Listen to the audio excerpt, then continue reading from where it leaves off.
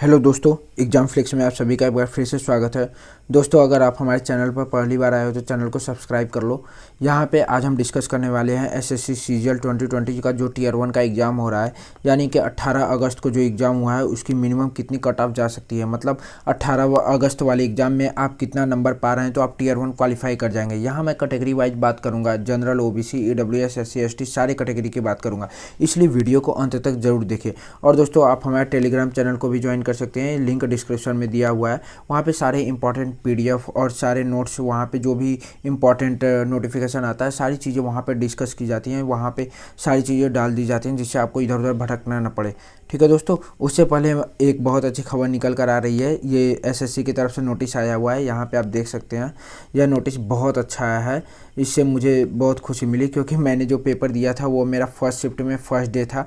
तो मुझे लगता था कहीं मेरा सेकंड शिफ्ट या थर्ड शिफ्ट होता या किसी नेक्स्ट डे रहता तो मुझे भी पेपर का कुछ पैटर्न पता चल जाता, जिससे कि मुझे फ़ायदा होता। ठीक है, तो ये चीज़ें बिल्कुल बंद कर दी गई हैं। अब कोई भी यूट्यूब पर या कहीं भी डिस्कशन नहीं करेगा कि किस टाइप का क्वेश्चन आया हुआ है, क्या क्वेश्चन आया हुआ है, कोई भी डिस्क्लोज नहीं करेगा। अभी तक क्या होता था कि कोई बहुत सारे टीचर थे जो कि पेपर होते ही उसका एनालिसिस लेके आ जाते थे कि मैथ पे इस पैटर्न पे बेस्ट क्वेश्चन आ रहे हैं, ऐसे आ रहे हैं, तो लोग उसको याद कर लेते थे और जाके एग्जाम में सीधा सीधा टेप देते थे, जिससे कि उनके मार्क्स इंक्रीज हो जाते थे। मुझे भी बुरा लगता था क्योंकि मैंने एसएससी का एग्ज़ाम दिया तो मेरा पहले ही दिन पड़ गया, तो मुझे गुस्सा लग रहा था कि मुझे कुछ पता नहीं चल पाएगा कि मेरा एग्ज़ाम कैसे होगा, क्या होगा। ठीक है, तो एक बहुत अच्छी खबर है, एसएससी ने स्टेप लिया हुआ है तो बहुत अच्छी बात है। टियर 2 में डेफिनेटली फ़ायदा होगा। ठीक है, और दोस्तों अब हम चलते हैं आगे, बात करते हैं कि क्या क्या कट ऑफ हो सकती है 18 अगस्त वालों की। ठीक है, जो 18 अगस्त को एग्ज़ाम दिए हुए हैं, अगर वो कितने मार्क्स ला रहे हैं तो वो को डेफिनेटली क्वालिफाई कर जाएंगे। यहाँ पे हम रॉ मार्क्स की बात करेंगे। सबसे पहले बात करते हैं शिफ्ट 1 की। ठीक है, शिफ्ट 1 जो था वो 9 बजे से 10 बजे तक था, 9 to 10।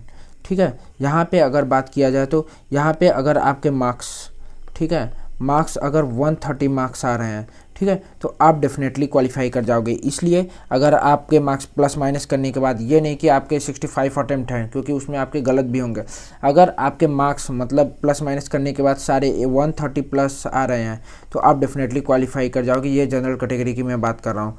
अगर ओबीसी, ईडब्ल्यूएस की बात किया जाए तो अगर आपके मार्क्स 122 के आसपास हैं तो आप टियर 2 की प्रिपरेशन स्टार्ट कर दीजिए। अगर एससी और एसटी की बात किया जाए तो एससी में अगर आपके मार्क्स 108 आ रहे हैं और एसटी में 104, ठीक है, तो आप डेफिनेटली क्वालिफाई कर जाओगे। ठीक है, तो ये अगर 104 नहीं है, अगर 100 मार्क्स हैं तो आप डेफिनेटली प्रिपरेशन स्टार्ट कर सकते हो। 104 तो ज़्यादा हो गया। ठीक है, यहाँ पे आप देख लीजिए, अगर आपके शिफ्ट 1 में मार्क्स 130 आ रहे हैं जनरल कैटेगरी में तो आप टियर 2 के प्रिपरेशन स्टार्ट कर दीजिए बिना टाइम वेस्ट किए। माय सिंसियर एडवाइस, आप प्रिपरेशन स्टार्ट कर दीजिए। अगर शिफ्ट 2 की बात किया जाए, शिफ्ट 2 जो कि 12 to 1 के बीच में हुआ था। ठीक है, अगर 18 अगस्त की बात किया जाए, अगर आपके इसमें देखिए पेपर तीनों ही दिन, मतलब जो अगर आपकी 13 तारीख को जो पेपर हुई है, 16 को हुई है, 17 को हुई है, 18 को हुई है, सारे ही दिन पेपर का लेवल मेंटेन है। ऐसा कुछ नहीं है कि किसी दिन पेपर बहुत ज़्यादा टफ आ गया और किसी दिन बहुत ही लो लेवल का आ गया, ऐसा नहीं है, क्योंकि सबके अटेम्प्ट वही 65 से 70 के बीच में हो रहे हैं। तो मतलब पेपर बहुत अच्छे क्वालिटी का बनाया जा रहा है। एसएससी ने 2019 के टियर 2 एग्जाम से सीख लिया है। ठीक है, क्योंकि टियर 2 का एग्ज़ाम बहुत ही वाहियात तरीके से हुआ था, जिससे कि नॉर्मलाइजेशन लोगों के 100 200 मार्क्स डिक्रीज कर गए थे और बहुत लोगों के इंक्रीज भी किए थे।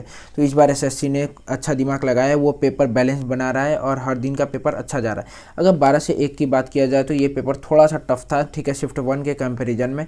ठीक है, अगर यहाँ पे आपके 63 क्वेश्चन करेक्ट हो रहे हैं, मतलब 126 मार्क्स आ रहे हैं, तो आप प्रिपरेशन टियर 2 की स्टार्ट कर दीजिए। यहाँ पे अगर ओबीसी ईडब्ल्यूएस की बात किया जाए तो 118 और एससी की बात किया जाए तो 104 और एसटी की बात किया जाए तो 96, क्योंकि पेपर जो था ये थोड़ा लेंदी हो गया था। ठीक है, कैलकुलेटिव था, तो शिफ्ट 2 थोड़ी सी हार्ड मानी जा रही है शिफ्ट 1 के कंपैरिजन में।